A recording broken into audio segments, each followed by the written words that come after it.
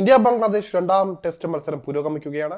മഴ ഭീഷണിയാണ് ഇപ്പോൾ മത്സരത്തെ അലങ്കോലമാക്കുന്നത്. ശക്തമായ മഴയെ തുടർന്ന് ഒന്നാം ദിനം 35 ഓവർ മാത്രമാണ് മത്സരം നടന്നത്. ടോസ് നഷ്ടപ്പെട്ട് ആദ്യം ബാറ്റ് ചെയ്യാനിറങ്ങിയ ബംഗ്ലാദേശ് 35 ഓവറിൽ 3 വിക്കറ്റിന് 107 റൺസ് എന്ന നിലയിലായിരുന്നു ഉണ്ടായിരുന്നത്.